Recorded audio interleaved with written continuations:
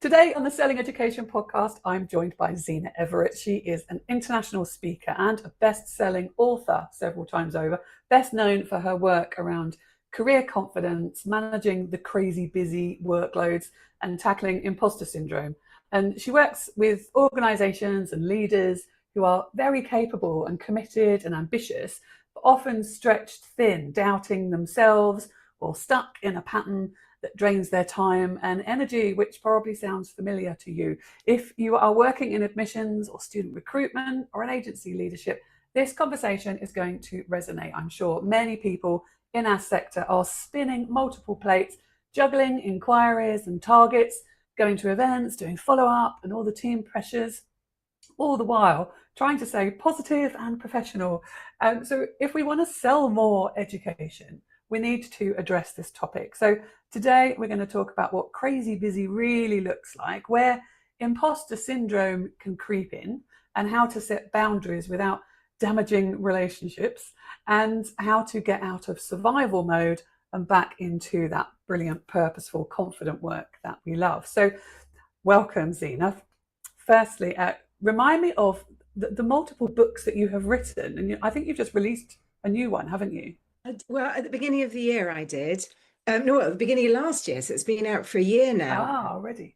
People, but I have to say, I checked at the weekend, and I'm not always as on it as I should be, and it's in the top 50,000 books on sale on Amazon, which Wow. doesn't sound a lot, but given there are about 7 million books on Amazon, Yeah. that's not bad, is it? So, and it was W.H. Smith's Travels Book of the Month, so it was in airports. And yeah, and I did the Crazy Busy Cure before that, and a career book called Mind Flip. So yeah.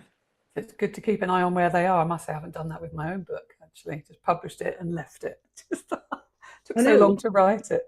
Yeah. The writing is the fun bit, isn't it? It's all the other Yeah, stuff that's quite hard, is it is. actually seeing how it's doing. Yeah. It is. So in terms of any of those books or any content that you've written as well, because you write quite a lot and very well, what do you find that capable people often end up, or why do you find they end up feeling behind when they're super capable? What's going on there? I think it's because they can't prioritize, but that's a very glib answer to a huge question, isn't it? So my background is I had a recruitment business, which is one of the reasons I'm loving the conversations with schools recruiters, because I understand some of the dynamics.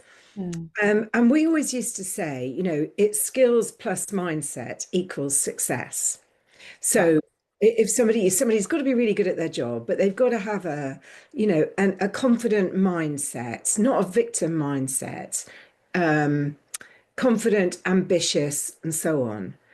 But actually now I realize that's not quite enough. In our digital 24/7 AI driven world, I think you've got to add. Ooh,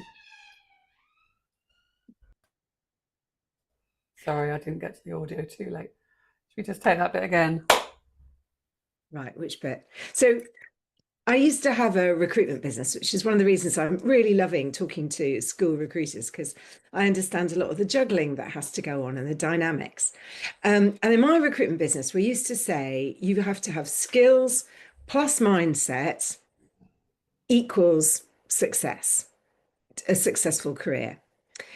Whereas now I feel somebody has to have the skills, i.e., they've got to be good at their job.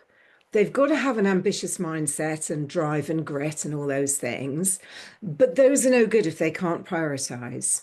So I think that in the systems we work in, the context of 24/7 demands, endless content coming our way, so you can't see the wood for the trees, all the digital demands, all the systems, conflicting projects, so much of daily life is kind of obfuscated in busyness. I can't even, and in fact, I've gone on about this and I can't even remember the question, but I think the question is, that's what gets in the way of getting things done and making people crazy busy, is that for whatever reason, even their own, or else the actual priorities of the job haven't made clear to them because they have so many priorities by the person that they're responsible to, they can't prioritize, and that's the problem.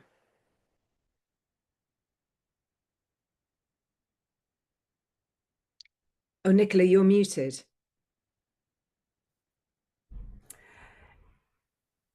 Nicola, Is my it? podcast host, you're muted. I must make a note where that is. I've got someone trying to get in the room. I don't know why. Okay. So James, know where we are. I'm going to start again. No, I'll we're start right. my bit again. Okay.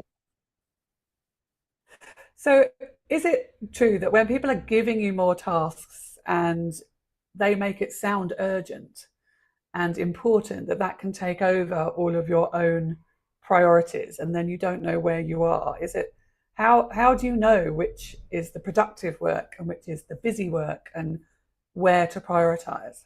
Well, that's the whole thing, isn't it? And it's so easy. I do it myself. It's so easy to be busy and spend a whole morning on stuff and then think, actually, that's not what I intended to do at 4 o'clock this morning when I woke up thinking about it. And I think that, the old-fashioned, urgent, busy matrix is even more at play now because we have to do a lot of scheduling. We have to be able to say to somebody, yeah, I can do that, but I can't do it till this afternoon. Well, yes, I can do that, but we can't actually do that till April because if you look up at our board behind us, we're rammed in March. So we have to have those conversations because it's a lot easier to get things going now. It costs me nothing to invite you and everybody we both know to a meeting, come up with an idea, take up your time doing it, set all the hairs running without thinking it through. So there's a whole load of stuff going on, and I feel very sorry for people because I don't want them to feel it's their fault that they're overwhelmed and crazy busy and not making progress and not having outputs, because it often is this kind of crazy system that we're in. But yeah, they have to push back and say no, or schedule, or sequence. Okay. And is there something to be said for knowing what your, or at least clarifying what your main priorities are? So when I work with sales teams or admissions teams, even that are responsible for the revenue generation, it's always for me about keeping your sellers selling. Anything that detracts from communicating with prospective Yeah. families, for example, isn't a sales task. They probably still have to do it, but how do they prioritize? What is this matrix you speak Well, of? I think it's exactly what you said. What is your job? What are you actually paid to do? What are you measured on? And, there's a whole host of other things. I'm sure they're the kind of role that they can get dumped on because anything that's loosely marketing can kind of come their way, including clearing up the chairs after an event or something. I'm sure all of that can come their way. But they have to think, what, if I am, what would a high performer in my role do? That's one of my favorite questions. Think, right, let's Mm, just step into this. We all have role models and people, and we think, that, that we look up to in the job that we're either in or we aspire to. And I think, what would Nicola let's do now? Right, that's how I'm going to play it. So that's a helpful way. And also thinking, next time there's a promotion going on and I'm up against the other fella, what is it that I need to say I've actually nailed? And, those are quite tough questions, aren't they? We have to be quite, ruthless is too strong a word, but let's at least say boundaries in order mm. to do that. And What how? I was going to Sorry. ask you, one for you, is when you work with those sales teams, can I suspect that before you get to them, they're drowning in different key results areas, so they don't know which one really matters? Yes, and they're often given many, many tasks like clearing up the chairs that Yeah, someone has to do, yeah, and they seem to be that set of someone's. yeah. It obviously does have to be done by somebody, but how, when do you say no, and how much time are you supposed to allocate to the main tasks of your work and what's getting in the way of that, and how do you have a conversation about those boundaries with your superior? Particularly, I think in these roles it's changed quite a bit over the few years, so you may have been there for a while, um, and the role has changed because revenue generation has become much more competitive and important. So how do you bring up what do you actually want me to do conversation with your boss? I think you schedule it in and you have it, and you have some Yeah. data, don't you? I mean, Okay. just picking up the discretionary effort conversation about clearing up the chairs. See, I would happily do that. I bet you and I would happily clear up the Yeah. chairs. We'd do it quickly. It would be exercise, wouldn't it? We'd have a laugh, but we'd probably chat about work when we're doing it. So we're doing it with intention. And and we have to get away from our screen. So to be clear, that kind of stuff is fine because we're in control of it. I think for me, the worry is when people are not in control of their time and they become a victim of it and they're doing all these other things. Because of course, if anybody keeps on doing stuff, I'm sure Charisma's doing loads of stuff because you just keep, because she's good at it. You keep putting it all her way, don't you? Until one day she'll say, well, Nicola, I can do all this, but actually, if I do that, I can't do that. And then you go, oh, right, okay, well, let's just talk about it. So it is just simply that, isn't it? Just saying, I've actually kept a kind of log of what I've done, this week, Mm. this month. And in fact, this is where these are the demands on my time. This is how long it's taken me to do these things. So either I do them quicker and I don't think I can, or else somebody else does it. I love that actually. So I use something called Clockify to track my time, not all the time, but just when I'm feeling like I'm a bit overwhelmed and I'm spending too much time fiddling around with stuff and not doing what I should be doing. And it delivers it as a lovely graph, and I can think, okay, too Yeah. much time on this, not enough time on that. Yeah. So again, in itself, it's another thing to do, I guess. But keeping a log's great. We know that, well, exactly right. Whatever gets measured gets done, doesn't it? Mm. That's the fundamental. But I think that everybody's different in how they run their role. And I remember going back to recruitment, we had various different KRAs, like experimenting and all this kind of stuff, my later life and my poor offices. But, there would be one person that would hardly have any, whatever, say we were measuring interviews, in that case, candidate interviews. You get what you do is if you're measuring candidate interviews, you get a load of candidate interviews. If you're measuring sales or placements, you'll find that somebody is able to get their candidate through just a couple of interviews because you know what I mean. Whatever you Yeah. measure, you have to be thoughtful about it. So I like to measure as little as possible actually and get the Mm. people, because autonomy is so important, people to really feel right, what works best and what is the quickest, easiest way of making this happen. And I don't think that's a question that managers or leaders ask often enough. Right, that was great. How did we land that? How did we make that happen? Why did we get them to that decision so seemingly effortlessly? What is it you did and when? That kind of, because of the whole crazy busyness, we're always rushing on to the next thing, aren't we? Rather than taking a step back, tidying up the chairs or going for a walk or whatever and thinking, oh, that was great. How did what Mm. was about that? And doing that kind of analysis because everybody's different. And an autonomy is so important, isn't it? For Mm. salespeople to feel in control of what and when they do. Mm-hmm. And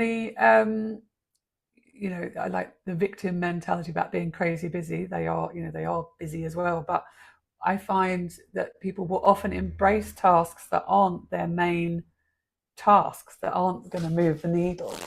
Why? I mean, why does that happen? Have you got any insights there? Why would we rather pair socks than do the VAT return? Just talking about someone I know. Yeah, speaking for a friend.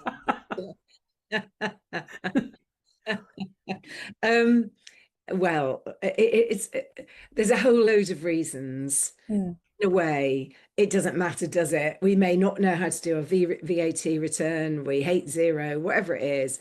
So there's the element of discomfort, isn't it, that we're avoiding by putting it off? Do you know what? Right. I have all sorts of systems. I'm not going to show you too much of that. That is my a lovely list with a Sharpie that I write every day and I squeakily cross it off as I do it. So I deliberately set this up. I am kind of plotted to the nth degree because I like to think, right, I know what I'm going to do and I don't have time to analyze it. So I've got quarterly, monthly, annual lists of goals, but I translate that into a daily to do and I cross it off and I do it. So it avoids the choice. So forgive me for being old school. Do you know what? Stephen Covey works, isn't it? Start with the end in mind. Every single thing is just spot on that. So I think there's an element of discretion. And you Mhm. know what? Ask a busy person. The less time, it's like before you go on holiday, isn't it? We've Mm, talked about that before, you and I. The day before you go on holiday, you whip through things, don't you?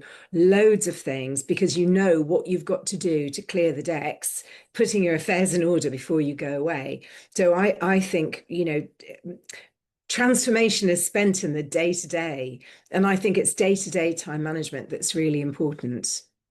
or And then, focus management, maybe. sorry, go on, what? Or focus management. Focus management. Yeah, that's it. But not too much analysis is actually what have I got to do? When have I got to do them? And the big thing sometimes it's just a quick call, isn't it, that can make all the difference. Mm, A 10-minute call is what we need to do. But we can mm, procrastify in your fabulous lingo all day before we actually pick up the phone and do it. So the yeah. big things, the priorities don't have to be kind of weighty. For myself, I actually, if I'm worried about something, I always find myself something bigger to worry about. And that really, knocks worry A into place because project B is even bigger and scarier. So then I do A before I do B. I love that. Okay, that's a good idea. And in terms of how to actually say no without having to pull out a calendar and prove it, which I think might be too confrontational. How do we actually say no, I don't have time, or no, that isn't my priority? How like any Well, tips on that? I'd love to hear yours. Look, I mean, there's all sorts of levels of kind of obsequiousness, aren't there? I simply haven't got the bandwidth, otherwise, wild horses, etc., kind of stuff. I like to kind of sequence and say, I can do that. I say, what's the latest you need it by? So Right. then I get a straight answer because we've all had those situations where somebody Mm, says, "Oh, can you do it by whatever, Friday lunchtime?" And then you get the out of office, I'm off, I'll see you in a week, that kind of stuff. That drives me mad. So those perpetrators. So I say, what's the soonest you need it by? No, sorry, I say, this is Father Ted, right? I say, what's the latest you need it by? yeah. And if I want someone to do something for me, I say, what's the soonest you can do it? Uh, That kind of work. So I think kind of understanding, but then just to sort of just say, if you're teaching a class and you're teaching year sevens and somebody says, "Oh, can you do year eight for me?" You say, "Well, I can do, but I can't be in two classrooms at once." mm, Whereas I think when we're knowledge workers, which is, what we are, we're doing sort of some sort of admin-based kind of role, sales role, we just say yes to everything, don't we? Like we can manufacture more time. So I get that feeling all the time with people that they're just expanding the time available to them. Whereas if mm, we're in control of it and we've sequenced it and we think, yeah, I can do that, but realistically, it's going to take me an hour. When have I got my next hour? Then they just block it in their diary. But most of our diaries are full of meetings, internal meetings and calls, aren't they? But mm, actually no time to do things. So I think it's just about that. It's pimping your diary, I say. Priorities insert meaning um uh P pimp. Priorities insert meaning. I can't even remember prompt. what the other The prompt. prompt. Thank you, Nicola, for knowing. Paying No, attention. exactly. Yeah, Uh, exactly. So you've inserted the task in your diary, so you know how long it takes. So mhm, then so somebody asks you to do something, and you can say, "Okay, well, look, I was going to do that. Would you rather I did that instead? What's more important?" Just to talk about it. What's your mm. favorite way of saying no nicely then? Um, I will just say that's just not in my plan for the moment. I'm at I like capacity. that. That's generally what I would say. That's just not in my plan. It's just not in my plan.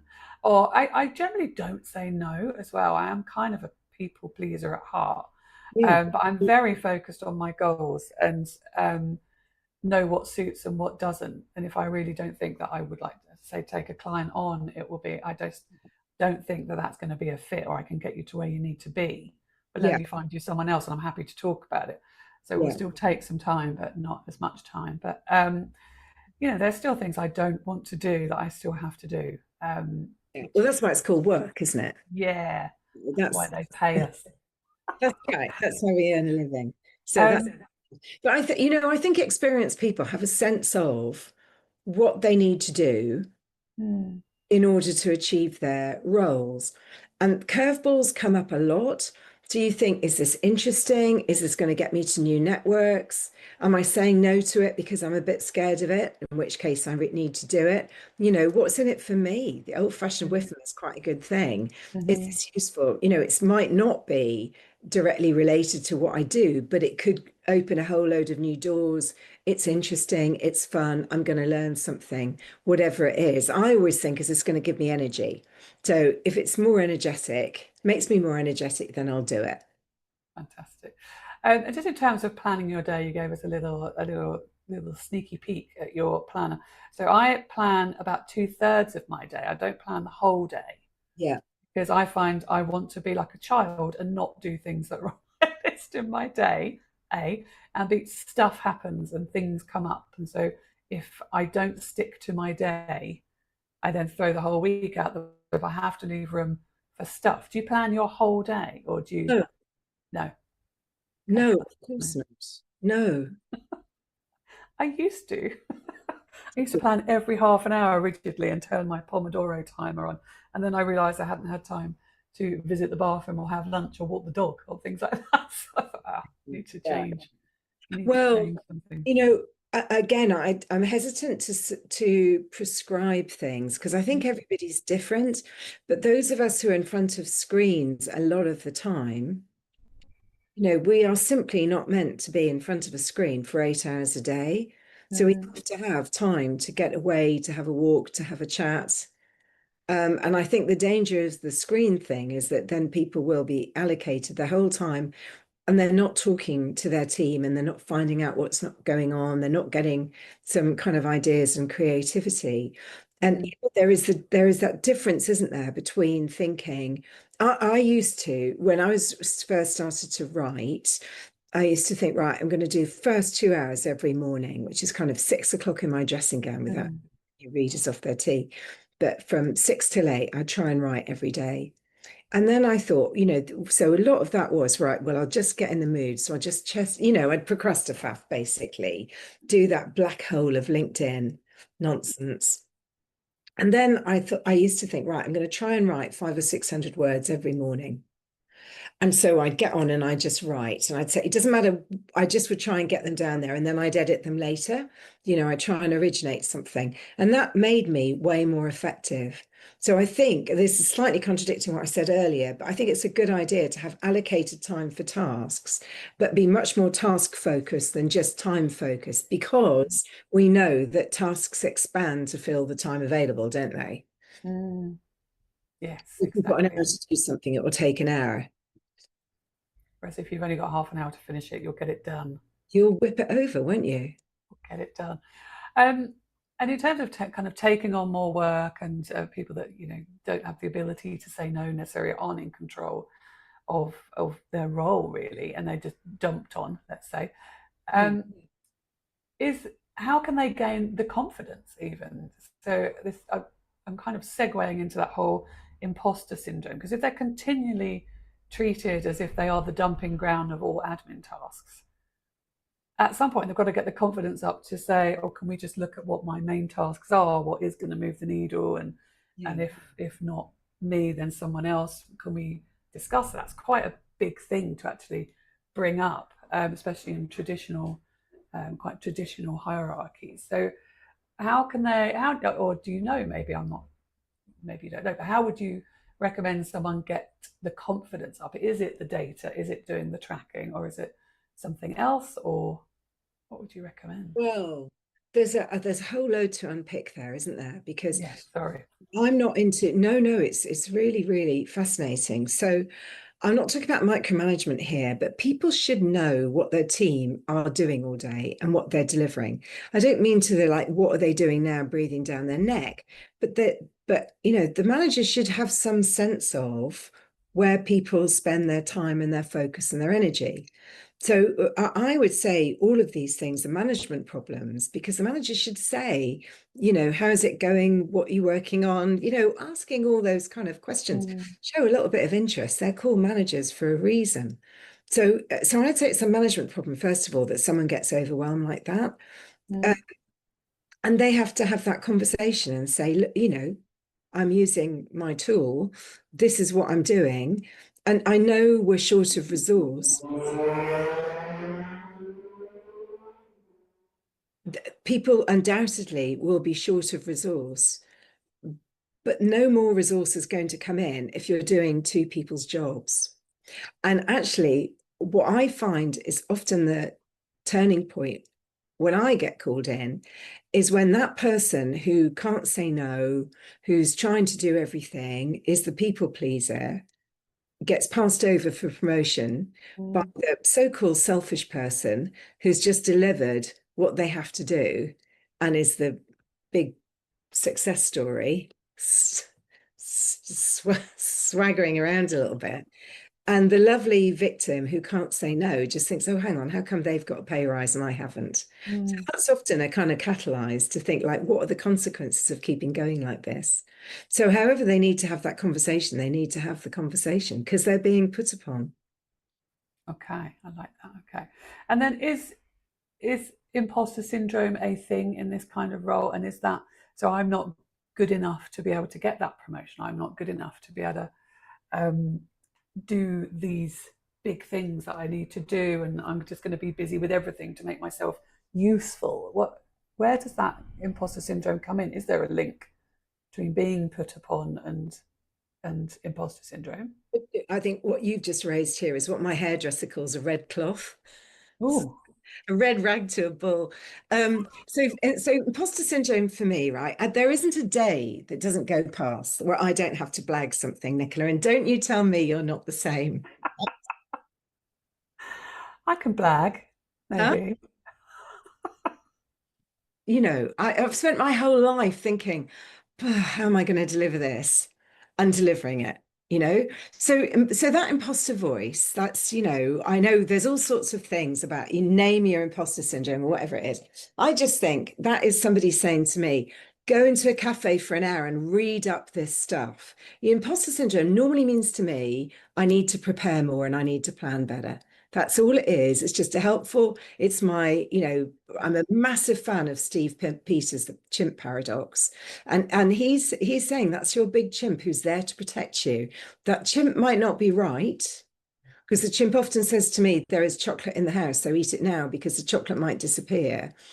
And as an aside here, you will thank me for this. He says you can't fight the chimp, and there's no such thing as willpower. So if there isn't chocolate in the house, your chimp can't argue with it. But in the context of what we're actually talking about, the chimp is saying, whoa, are you sure about this? You are going out of the cave and there might be Mm, a woolly mammoth there to attack you. So that means, have you got everything you need? Have you got the right team? Have you sharpened your spear? Have you read your manual on chasing woolly mammoths away, whatever it is? So let's just think of that imposter syndrome as a healthy voice. And I kind of, I talk to myself constantly and I will kind of say, right, look, you might be right, but do you know what? I'm going to give this a go. And I find the bigger, scarier thing that I do, the better I am at it. I started off doing, when I sold my recruitment business, I started coaching. Then coaches move on to training, don't they? And then somebody would say, oh, you're training today. There's 30 people, 40 people. Oh, it's not a training. It's more of a conference. There's a couple, and it just kept building up. And those nights where my imposter syndrome was saying, get to that duvet and stay there the sleepless nights where I get up in the morning and nail it. So I really feel, and I'm happy to have discreet, free conversations about this. I was a super shy child. I learned to just smile at people. I was great in recruitment because I could barely say boo to a goose and I would just ask questions. So I was good in sales, questions and listen. Like I think we have to just acknowledge imposter syndrome. It's a healthy voice and then get on with it. Don't let it win. I think you're right, because when I hear it mentioned, it's, oh, imposter syndrome stops me. Excuse me. And I would, but I've got big imposter syndrome. It's like this big barrier. So maybe reframing that as the healthy voice and a way of checking that you've done all you can to be prepared. to do that thing. But everybody has imposter syndrome. Like, it's not, the more senior people are, the more they have imposter syndrome. I mean, look at Mm. Zelensky. How does he know how to lead a country in war? Mm. Doesn't know, does he? It's a hell, but he knows what he has to do. He gets the team around him, all those things. It just means you have to have strategies. But as a coach, I know the more senior people are, it's the opposite of Dunning-Kruger. There you go. Do you know about Dunning-Kruger? That No, was when tell me.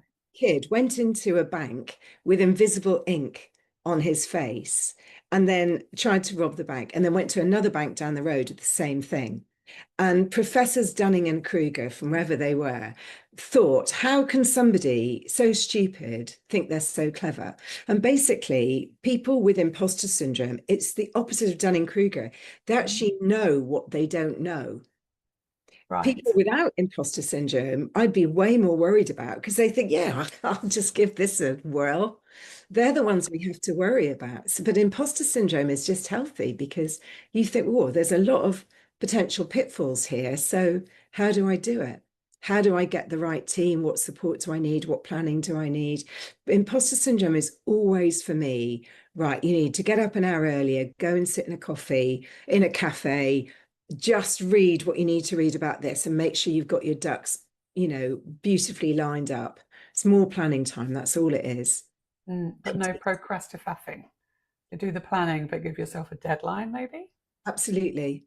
Okay, Yeah. I like this. We're developing like a little framework. So you Yeah. do your homework. I think before you said you look at the data. So is there any data to prove that you're going to be terrible, or does most of the data prove that you'll actually be all right?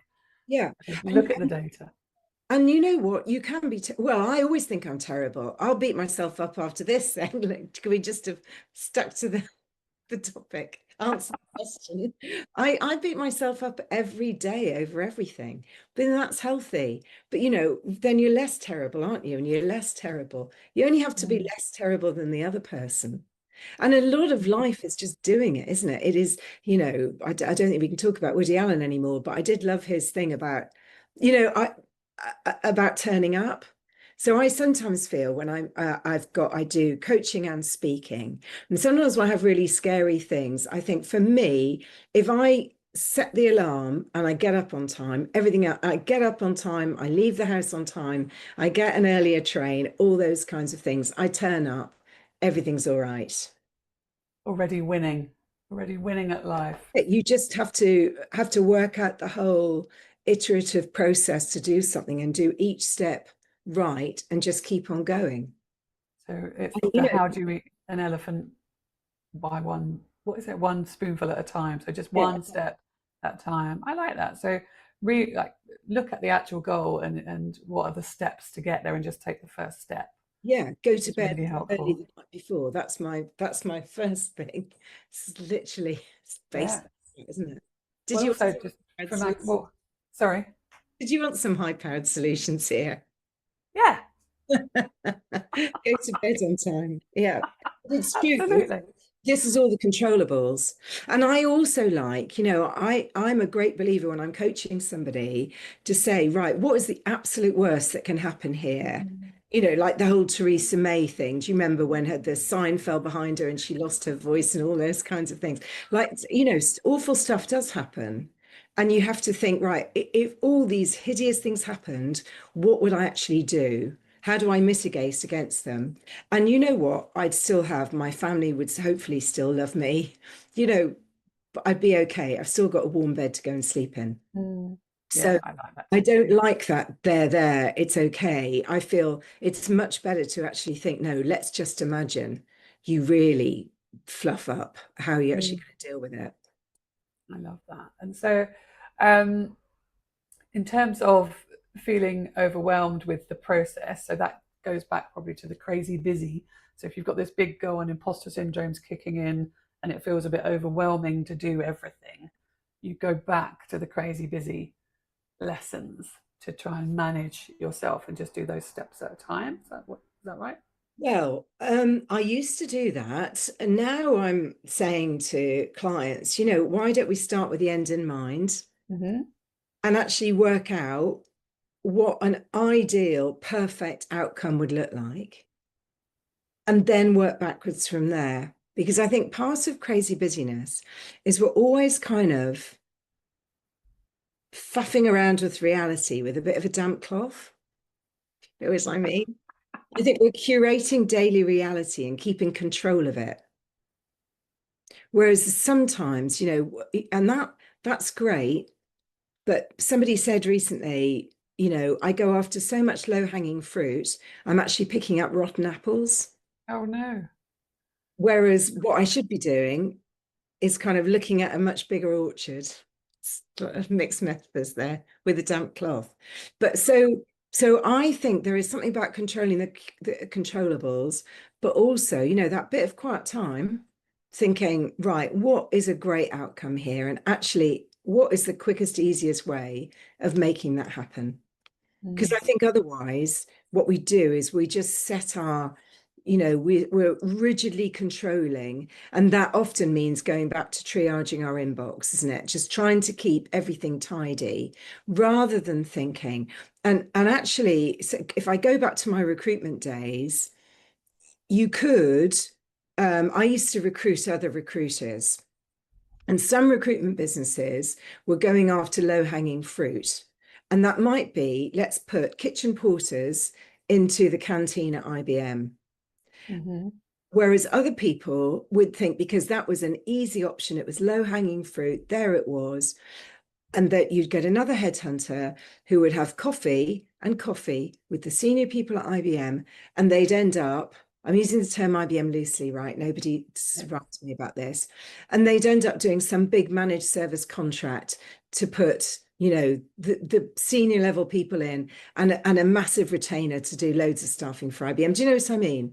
Because rather than kind of controlling the controllables, the easy, crazy, busy stuff, they would just think, let's just rip it up and let's just think big and then work backwards for how do we make that happen in an easy process as possible. I love that. And do you think that that should be built into every day, every week? So having that space and time to think, could I do this more efficiently? And what are my big things I need to do? Is that something that should be built in That's daily for the triage, if you see what I mean? Yes, yes is the answer to that question. But that's where managers come in. 85% of managers are accidental managers. They don't know what they're doing. They haven't been trained. And that's what managers should be doing. What can we do that's really exciting and transformative? Looking at that big picture and making people excited and coming up with some great ideas.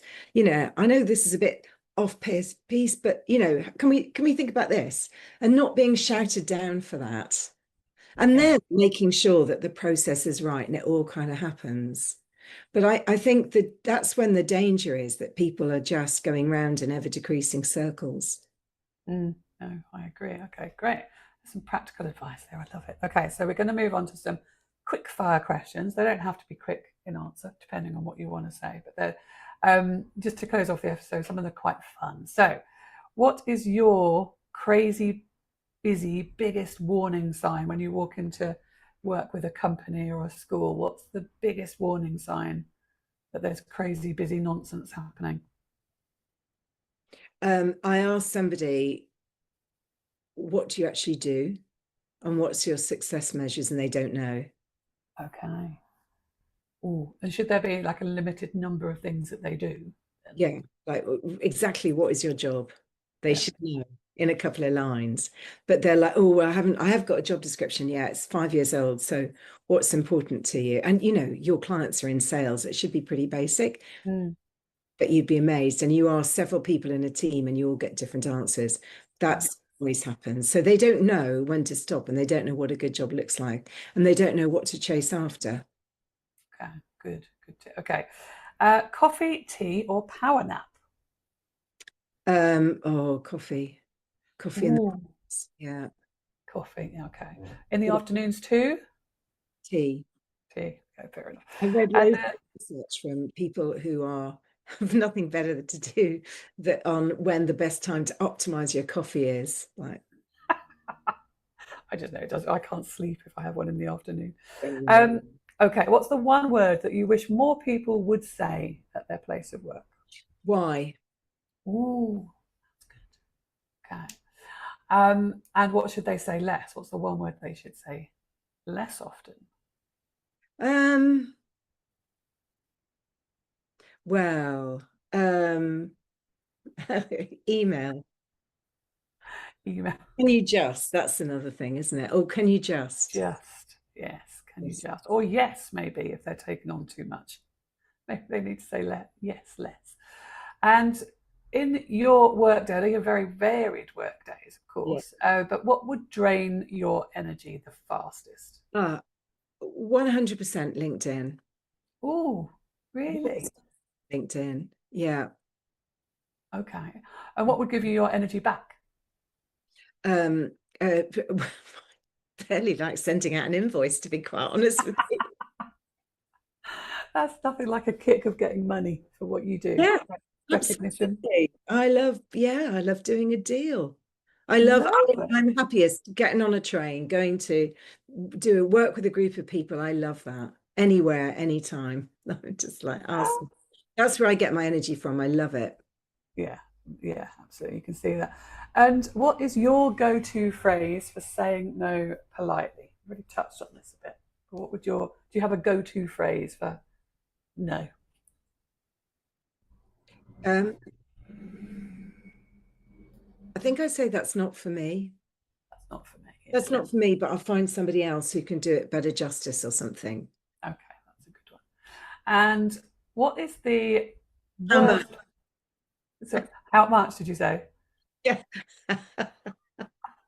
How much? Give them a huge price for your speaking. Yeah. Absolutely. What's the worst piece of career advice that you ever received? Oh, well, I heard something recently actually, Oh, which was that, oh, if you don't have your career sorted out by the time you're 30, you've really lost the boat. wow. That was in the context of somebody else, which is 100% wrong. Yeah. How horrible. Wrong. And it was in the context, yeah, absolutely. Like so judgy. Yeah, so judgy. And actually, just again, I'm all about data, like so incorrect anyway. Simply not true because we've got so many twists and turns and what's sorted anyway, Mm, and so wrong. But yeah, that was the worst bit I've heard that was quite upsetting. And I was at school with Graham Norton, who I've got a quote from on my right. website, and his mum at 31, he was still acting in the King's Head in Islington, pretending to be Mother Teresa with a tea towel on his head. And so he didn't get his break till he was about 31 when he took over from somebody else and blah, blah, blah. And his career took off. And I'm sure his mother was thinking, well, I'm sure she wasn't actually, because she just was lovely and non-judgy. But if she had a mind, she'd be thinking, why couldn't you be an accountant? Get yourself a Yes. trade. Okay. And have you had a really good piece of careers advice or heard a good piece of career advice? Yes, I have my own coach Okay. just says to me, yeah, do it. Lovely. Yeah, That's it. just do Yeah, it. do it. Do it. So I think, I mean, it's quite interesting. We've been talking, sorry, did you say we'll wrap it up on this? But we talk an awful lot about that kind of anxiety about what should I say yes to and what should I say no to? Mm, And I think it's the wrong approach, actually. It is a little bit kind of like we're trying to stay safe. I, yeah. I do find that crazy busy people are doing an awful lot. They're doing more than most. They've got a kind of mindset of they've got an accountable mindset. Productivity isn't about time management and hacks and things. Fundamentally, it's about a can do. I can get it done and I can get it done quickly and more easily. What they're not doing is allowing themselves to be distracted by somebody saying you've got to post on Instagram 3 times a week. Well, yeah, or you could just pick up the phone to some prospects, Mm. work on the people that have already contacted you. And I think you need confidence to trust yourself in that, or at least go and research it. So I agree. I think just questioning, I like the idea of saying why. So why post on Instagram 3 times a week or whatever, when actually that's not where my leads come from, and looking at the data and going back to that and using past proof to back yourself. maybe. Why are we doing this? And Mm. and that's often what happens with crazy busyness, is that because everyone's so rushed, we don't sit round a table and spend an extra half an hour even just actually saying, what's the end we're trying to achieve? Mm-hmm. What does that look like? What's the easiest way? So people come up with an idea, and maybe we're too frightened to say, why are we actually doing that project? Mm. Is that really going to make a difference? Because and then they'll, anyway, look, enough said. You know where I'm going with I this. know where you're going with that. And then the last quick question is one habit that keeps you out of the crazy busy trap every day. What's your main habit? I'd say lists. Lists. Well, okay, as it's just you and me, trying to finish work earlier, Nice. actually. So then I don't procrastinate during the day. If I'm going to do something, I do it. And I know you said just one habit, right? But I can talk for the British Isles. But I think there is a lot to be said about going somewhere different to do something with a firm intention. Take your laptop somewhere to do something, coming back and getting on with something else. So very intentional working and not looking, and also not putting my phone away. Yeah, not being distracted by other people's messages. Yeah. Yeah, because that's someone else's agenda rather than yours. I agree. I love that. Actually, I go elsewhere as well. So if I'm writing content or doing something that I really need to just get it done and focus on it, I'll go somewhere else, like the local hotel cafe or something, and just go and get that one thing done. Yeah. Otherwise, I'm distracted. I love that. Thank you so much. And so, for those people that want to follow you, which I'd highly recommend, and find you or read your books, where would you like me to direct them? Well, as far as I know, still the only Zena Everett on Redshift LinkedIn, and my books are on Amazon. The Badly Behaved People is actually, like, I'm not great at self-promotion, but Badly Behaved People is quite funny. They're not badly behaved, they're just stressed and not talking to each other and crazy busy. So there's a lot of busyness content in there. Mm. It's case studies from my coaching practice where I was asked to fix one problem. And of course, on a little bit of unpicking, you find that's not the problem at all. It's just misunderstanding because we're making assumptions about people. So Mm. I feel there's one toxic person in there. It's a goodie, but there's great frenemies and things going on. So it's quite entertaining. That sounds good. Sounds perfect for my flight coming up. So I shall get my copy. Thank you so much. So everyone do go find Zena on LinkedIn, and the links and everything will be in the notes of the podcast too. But that just leaves me to say thank you very much for taking some intentional time out of your day to chat with me on selling education. Thank you.